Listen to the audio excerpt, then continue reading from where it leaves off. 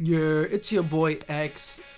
I've been wanting to talk about this for a while, and it has to do with egos of top players or egos of players that start progressing through the ranks of region, state, or the world. Back in my Smash 4 days, I knew a couple of the most recent top players in New York City.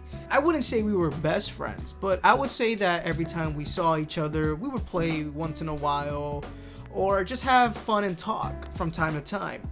But as they started progressing through the ranks, that kind of started to dwindle down and they stopped associating themselves with the quote-unquote lesser players. I'm not a big fan of that, and it's not because it personally has happened to me. It's more of the fact that what would be the reason to do it? You know, like at one point everybody was bad. At one point we all had habits that were being easily exploited. At one point we were all going 0-2. Except for those rare cases where you're extremely talented and understand the game in a deeper level than most beginners, and you tend to do very well even in your first tournament.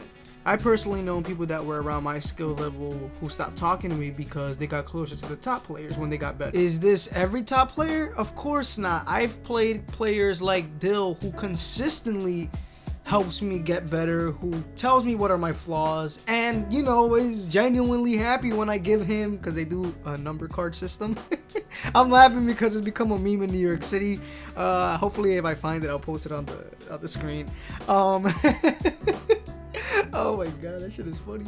But like, there's genuine top players that want to see the players that struggle do good because they know that players are hungry. They know that players want to get top 8 at like a Xeno. They know that players are just working so hard, grinding for hours and hours to beat their bracket demons, to beat the top 25 players in New York City, to prove people wrong that have basically shunned them just due to their skill level. You know, there's players that go there for fun. There's players that go there regardless if they go 0-2. There's players that go there for their friends. But there's these players that are so hungry and all they want to do is grind. You know, but the only practice they ever get is in bracket. And, you know, that's fair enough. Certain top players do want to see lower level players get to where they want to be at. I'm making it seem like a lot of these top players are very evil. They're not, you know. I mean, it's very understandable that certain players just want to stick to the top players because that's the only way they're going to get better. And that's very understandable. Like, I'm not going to hold that against them. But it's like when you know that they change just due to their skill level. Like, let's be honest, guys. Just because you're good at your region doesn't mean you're going to be great at another region, which is why the ego gets to them when they go out of state and they don't do as good as they normally do. You know, just because you're a top player here doesn't mean you're a top player somewhere else. Speaking of ego, it really does become detrimental to your character because, and when I say character, I don't mean your character in the game, I mean character within yourself. Because you get this impression that you are unbeatable by the people that you always beat. But when that day comes where they get better, because you got to remember, just because you're better doesn't mean you're the hungriest player around. There's going to be more players that are more hungry than the top players.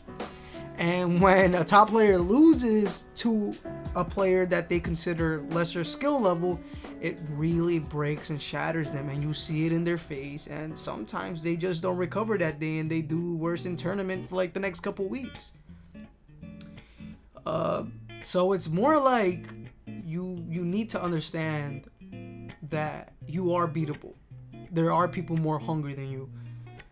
Because if you let that ego get to you, then it is going to be very easy to shatter you once you are beaten. Just because you're very hard to beat doesn't mean that you're very hard to beat mentally, especially with an ego that, you know, makes you feel unstoppable. It makes you feel like you're better than a lot of people in terms of the game.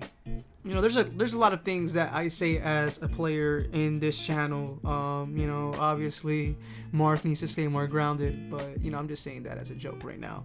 But for real, I think the most important thing that I usually tend to say is an L or a loss isn't a loss. It's a learning experience. When we take L's, we take them in stride because as long as we learned, we're winning.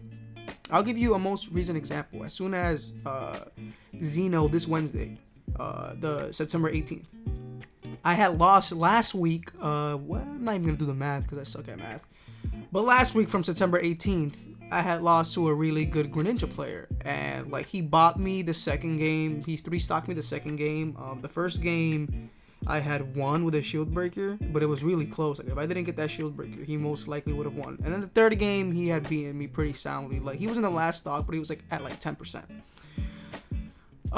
This week we faced round 1, and I told myself that, all right, regardless if I lose, I'm still going to play hard.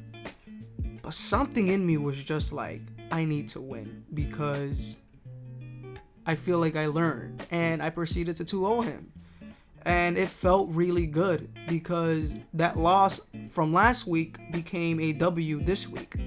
Does that mean that the next time we face, I'm going to beat him again? No, because he's a good player. But as long as I keep improving and I'm still hungry and I understand that I am beatable, but I have to work hard and admit to myself that I'm not the best, but I can be the best as long as I work hard, then, you know, I'm going to continue to do my best to not get beaten.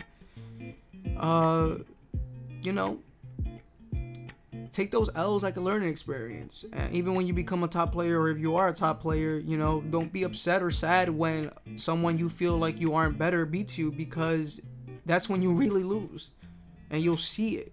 And I've seen it countless of times in New York City. I've seen it, you know, during pro tournaments on stream, and you see it in their play style or in their gameplay the next tournament they're in. Well, I try to practice what I preach, because there's players that I've beaten in bracket, and they'll ask to play me after I have maybe gotten knocked out of bracket, and I play with them, and I enjoy it, because let's say they play a character that you have trouble with, right? You may be beating them because they aren't at that skill level to give you that much trouble, but you start to realize things that a, let's say, Mario main does, or a Bowser Jr. does, or a Piranha Plant does. You know, especially with those obscure characters, you still learn some stuff from people you beat, not easily, but you beat constantly, you know, and in turn, they get better. So when you guys do play in bracket, they have a better chance of beating you. But at the same time, once those, especially with the obscure characters or the characters you have trouble with, once you start actually having trouble against them and you still clutch it out, that means the next time you go to a different tournament where there's a really good Piranha Plant, or there's a really good Bowser Jr., or there's a really good Mario, they have helped you understand the character a bit better. So now you're not going in the battlefield without any knowledge.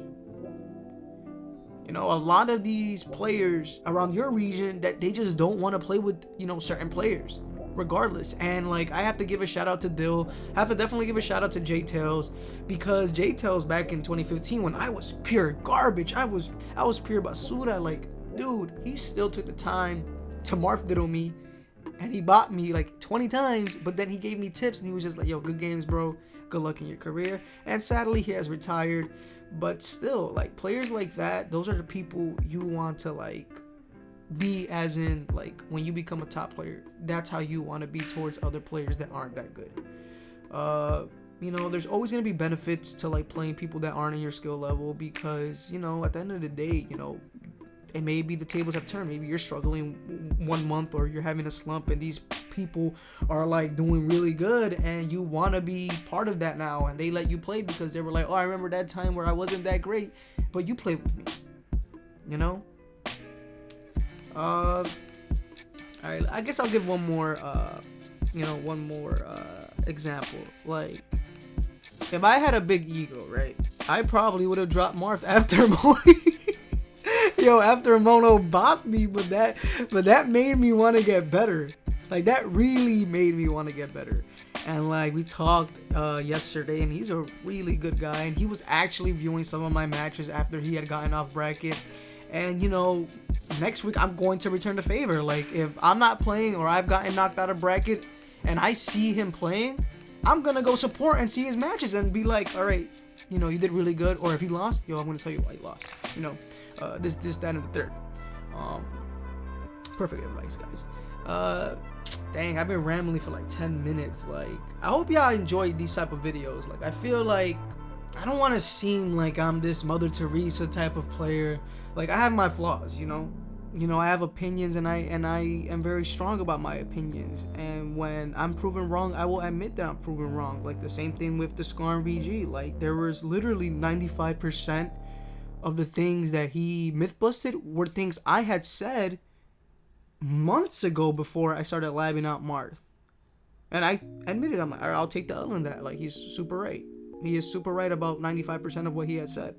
But the 5% that I had disagreed with, of course I'm going to be very strong about my opinion and very passionate about my opinion, because I have subscribers that tell me, hey, I love your videos, or you made me play Marth again, I enjoy him again. Like this character, has a lot of misconceptions, and regardless if my opinion isn't totally correct, the information that I had brought forward throughout my videos, throughout my opinions, especially after I finally did my research and labbed them out, is helping a lot of these players get back into the character and using him in a different way.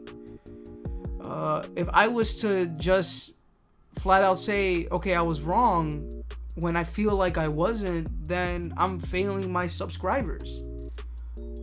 I don't want any one of you guys to feel like I am going to abandon this character, or I'm going to abandon this channel, because there's been times where I felt like giving up, but I finally reached 2,000, and you guys do not know how much that means to me. Like for real, like I sound like a big softie right now, but these 2,000 subs, it's been a long and painful and emotional journey for me. I've uploaded around 90 videos or 80 videos in the past 6 months, and I will continue to upload content until I reach 10,000, 20,000, 100,000, and I really hope that I do. And that is why I make videos like this now, so that way I'm not isolating the Smash community.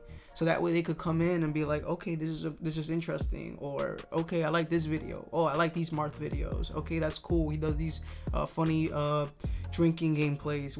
Anyways, guys, thank you so much for the 2,000 subs. Thank you guys for listening to me. If you guys did, if you have any questions down below, I will be more than happy to answer them for you. This is your boy X from Let Me Smash Gaming, and thank y'all for making me reach 2,000 subs. Y'all really don't know how much that means to me. And I'm out here.